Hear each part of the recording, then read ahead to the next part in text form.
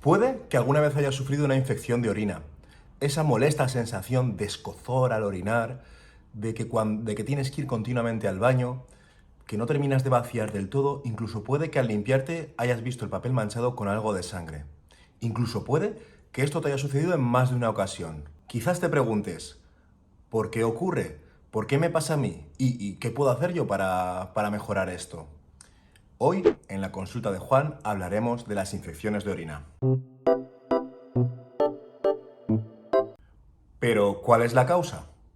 Una infección de orina está causada por la presencia de bacterias que causan inflamación y daño del tejido uroterial, es decir, del tejido de las vías urinarias. En la mayoría de ocasiones estas están causadas por enterobacterias, es decir, bacterias que habitan en el intestino grueso de la persona, o sea, son bacterias que están en nuestro propio cuerpo. Las más frecuentes afectan al tracto urinario inferior, es decir, a la uretra, a la vejiga y al testículo, epidídimo y próstata en el varón. Y también pueden afectar al tracto urinario superior, es decir, a uréteres y riñones. Estas enterobacterias pueden colonizar la parte más exterior de la uretra desde el colon, ir ascendiendo hasta la vejiga, los uréteres, incluso llegar a la pelvis y al riñón. Si todo va bien, estas bacterias son eliminadas por el flujo de la orina en los mecanismos de defensa del cuerpo. Pero si no son eliminadas, pueden causar la llamada infección. Esto depende de dos factores. El primero, la virulencia, es decir, la agresividad y la capacidad de hacer daño de la bacteria en este caso. Y el segundo, los mecanismos de defensa del huésped para evitarlo. De todos los microorganismos posibles, el Escherichia coli es el más frecuente. Esto es debido a su capacidad de formar biofilms o biopelículas que protegen como una capa a las colonias, también de generar ciertas toxinas, como por ejemplo las invasinas, que impiden que sean fagocitadas, es decir, digeridas, tragadas por nuestras propias defensas, por los fagocitos. Aunque el factor más importante es el de adherirse al tejido. Esto lo consiguen a través de las fimbrias, que son una especie de tentáculos que tienen alrededor de su cuerpo, y una proteína en concreto, la adhesina, que favorece la penetrancia en el tejido de estas bacterias. Como mecanismos de defensa disponemos del primero, orinar con vaciado completo de la orina, que por arrastre se lleva todas las bacterias que tenemos presentes. Otro sería la composición propia de la orina, un pH ácido, la presencia de urea y la osmolaridad o concentración que impiden el crecimiento de las bacterias. El tercero sería una anatomía normal, no alterada e íntegra de las vías excretoras de la orina. El cuarto también sería la presencia de mecanismos de defensa locales como la secreción de inmunoglobulina A o las proteínas de Tamm-Honsfall que impiden la adherencia, la adhesión y la penetrancia de estas bacterias en el tejido. En caso de mujer fértil también disponemos de la microbiota, en general del género Lactobacillus, que también secretan sustancias como el peróxido de hidrógeno, es decir, agua oxigenada, el ácido láctico o surfactantes, que impiden la formación de colonias y la formación de biofilms de estas bacterias. Si bien es verdad que las infecciones de orina pueden afectar a todas las razas, sexos y demás condiciones, es cierto que son mucho más frecuentes en las mujeres. Y quizás te preguntes, ¿a qué se debe esto? Pues en parte hay un factor anatómico. La longitud de la uretra en el caso de las mujeres es más corto, unos 3 o 4 centímetros, y en los hombres medirá unos 12-16, claro, depende de la anatomía de cada uno. Además influye el hecho de tener más cerca la vagina del ano, ya que esta primera sería la vía de entrada de las bacterias hacia la uretra y desde ahí hacia la vejiga. No obstante, debemos de tener en cuenta que la infección de orina también puede afectar a los hombres. En este caso afectaría sobre todo a la próstata, puede también afectar a los anejos, epidídimo y demás. Y en caso de los hombres se considera una infección de riesgo, ya que no es tan frecuente y necesita tratamientos antibióticos más largos. Esto quizás lo veamos en otro vídeo. Al ser las cistitis, las infecciones de orina más frecuentes y afectar, como hemos visto, con mucha más frecuencia a las mujeres, a continuación hablaremos sobre ellas. Pero, ¿cuáles son los factores de riesgo para padecer infecciones de orina o cistitis? Uno de ellos es el mantener relaciones sexuales con penetración, ya que por la fricción se favorece el paso de las bacterias de la región anal a la uretra. Otro, hidratarse poco, es decir, beber pocos líquidos. Orinar con poca frecuencia, ya que eso es el caldo de cultivo perfecto para las bacterias. Otro sería tener problemas de tránsito intestinal como estreñimiento o diarrea. También lo serían el padecer enfermedades que bajen las defensas y predispongan a infecciones como la diabetes, el cáncer o patologías neurológicas. Estar embarazada también favorece por la retención de la orina y el peso del propio feto en la región uretral. Tener la menopausia, por cambios que explicaremos en otros vídeos. Estar en el hospital, ya que esta es una de las infecciones hospitalarias más frecuentes. O padecer una litiasis o piedra de riñón. Bien, una vez vistos los factores de riesgo para padecer una cistitis o infección de orina, quizás nos preguntemos el cómo se diagnostica, cómo se llega a ello. Pues veréis, el diagnóstico es fundamentalmente clínico, es decir, con una alta fiabilidad, los síntomas que padecemos son los que nos van a decir si tenemos una infección de orina o no. De ellos, el más importante es la disuria, es decir, el escozor al orinar. El siguiente sería la polaquiuria, que llamamos los médicos a cuando vamos muchas veces a orinar y con poca cantidad. Otro sería la urgencia miccional, es decir, no me puedo aguantar, tengo que ir corriendo a orinar. Otro más sería el dolor en la región suprapúbica, es decir, encima del pubis. Y por último, la hematuria o la sangre en la orina, que aunque alarme mucho a todas las personas, no tiene relación con la gravedad. Todos estos en ausencia de fiebre o de un cambio en el flujo y secreción uretral. Pero, ¿qué otras enfermedades pueden cursar o causar también escozor al orinar, sobre todo acompañada de cambio de flujo? Una de ellas es la uretritis, es decir, la inflamación de la uretra. Esta sobre todo se relaciona con enfermedades de transmisión sexual o infecciones de transmisión sexual.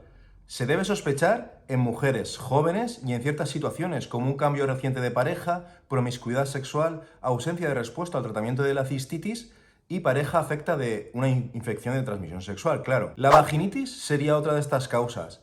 Esta cursa o los síntomas son dispareunia, es decir, dolor al mantener relaciones sexuales, picor, secreción vaginal, aunque no es raro que curse sin ningún síntoma.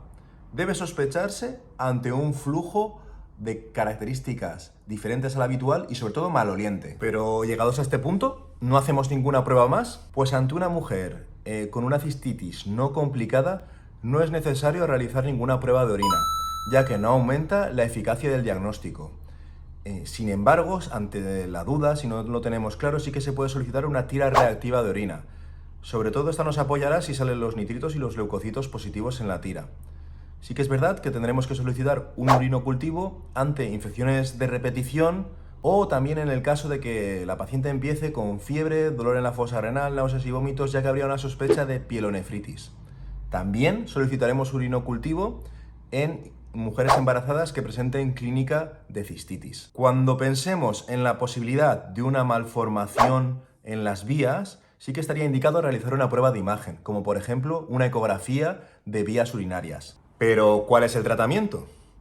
Pues en las infecciones de orina no complicadas, el tratamiento se dará un antibiótico empírico, es decir, un antibiótico sin ajuste previo a antibiograma. Como hemos dicho, en la mayoría de los casos no hace falta. Eso sí, tendremos en cuenta la sensibilidad de las bacterias de nuestra zona. Según las guías, la recomendación de primera elección es la fosfomicina trometanol de 3 gramos en dosis única, o sea, solo un sobrecito. Como alternativas antibióticas tenemos la nitrofurantoína de 100 cada 12 horas durante 5 días o el cotrimoxazol 800-160 miligramos cada 12 horas durante 3 días. Por desgracia, un tercio de las mujeres sufren cistitis de repetición. Estas pueden ser recidivas y se dan antes de las 2 semanas de haber finalizado el tratamiento antibiótico y suelen ser por el mismo germen que las causó, o reinfecciones, que en este caso serían a partir de las 2 semanas y causadas por un germen distinto. En estos casos también estaría indicado realizar el cultivo de orina. Pero os preguntaréis, ¿podemos hacer algo para prevenirlas? Pues la respuesta es un rotundo sí. Podemos aplicar 3 medidas para prevenir las infecciones de orina. La primera serían medidas de conducta e higiene.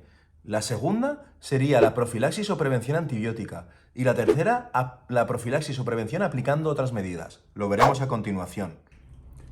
Pero lo más interesante, a nivel personal, ¿qué podemos hacer nosotras para evitar las infecciones de orina? Pues bien, aplicar las siguientes medidas. La primera sería beber muchos líquidos, entre 1,5 y 2 litros al día, para así, por arrastre, eliminar las bacterias. Otra sería evitar retener la orina, orinar cada 3-4 horas máximo para evitar ese pozo que colonizarán las bacterias. Uno especialmente interesante sería el ir a orinar justo después de mantener las relaciones sexuales con penetración, para así por arrastre eliminar esas bacterias que han ascendido con el contacto. Otro, evitar la higiene íntima excesiva, así como los geles de higiene íntima, ya que varían el pH y la composición de la flora, favoreciendo las infecciones. El siguiente sería evitar el estreñimiento. ¿Cómo lo podemos hacer? Pues con los abundantes líquidos y por otro lado con una dieta rica en fibra, Y el último sería la higiene de la zona genital, realizarla de delante hacia detrás, para evitar que por arrastre pasen las bacterias, las enterobacterias, las bacterias del colon hacia la zona vaginal. Como prevención o profilaxis antibiótica existen tres formas. La primera sería la profilaxis antibiótica continua. Estos serían pautas de antibiótico que pueden durar entre 3, 6 e incluso hasta 12 meses. Un ejemplo sería la pauta de la fosfomicina trometanol de 3 gramos cada 10 días durante 6 meses. Otro ejemplo sería la profilaxis antibiótica poscoital. En las mujeres en que presenten infecciones de orina siempre entre las 24 o 48 horas después de mantener relaciones sexuales de penetración, se puede ofrecer esta medida, que sería tomar un solo comprimido de los antibióticos que hemos visto de uso empírico justo después de las relaciones sexuales. Orinar y tomarse ese antibiótico. U otra opción es el autotratamiento. En mujeres que padecen cistitis recurrentes, que son buenas cumplimentadoras, han cumplido los regímenes terapéuticos de todas las veces que nos han consultado y que padecen menos de 3 infecciones de orina al mes, nos podemos plantear el autotratamiento con las pautas de antibiótico empírico que hemos visto anteriormente. Como medidas de profilaxis o prevención no antibióticas u otras medidas, tenemos por un lado los complementos de arándano rojo. Arándano americano rojo, no vale cualquier tipo de arándano. Su mecanismo principal de acción es evitar la adherencia mediante las adhesinas de las fimbrias que hemos visto al principio del Escherichia coli a la pared del urotelio y evitar su penetración y así eliminarlo.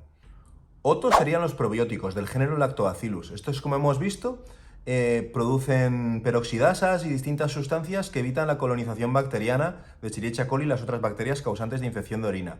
Aunque falta evidencia para hacer esta recomendación. Otros tratamientos de los que disponemos para la prevención serían, por un lado, en las mujeres posmenopáusicas, los estrógenos tópicos. Estos se dan para la atrofia vaginal o urogenital que favorece las infecciones de orina. Estos se dan del 30 al 60% de las mujeres posmenopáusicas y se caracteriza por sequedad, irritación vaginal, molestias o dolor con la penetración, escozor, incontinencia y infecciones urinarias, sobre todo las recurrentes. Como alternativas que pueden plantearse en cistitis recurrentes complejas, estas ya serían en otro nivel asistencial, a nivel de urología, existen las vacunas o la instilación intravesical de bacterias avirulentas o de ácido hialurónico. Estos serían alternativas terapéuticas que, ya os digo, serían aplicadas por el urólogo en caso de ser precisas. Espero que el vídeo de hoy os haya ayudado a comprender cómo se produce una infección de orina, pero sobre todo que os haya quedado claro el qué podemos hacer nosotros para prevenirlas y evitarlas. Recordaros que toda la información dada en estos vídeos es para ampliar vuestro conocimiento y empoderaros como pacientes, para que así toméis las riendas de vuestra salud, pero que en ningún caso sustituyen a la visita y manejo de vuestro médico de confianza.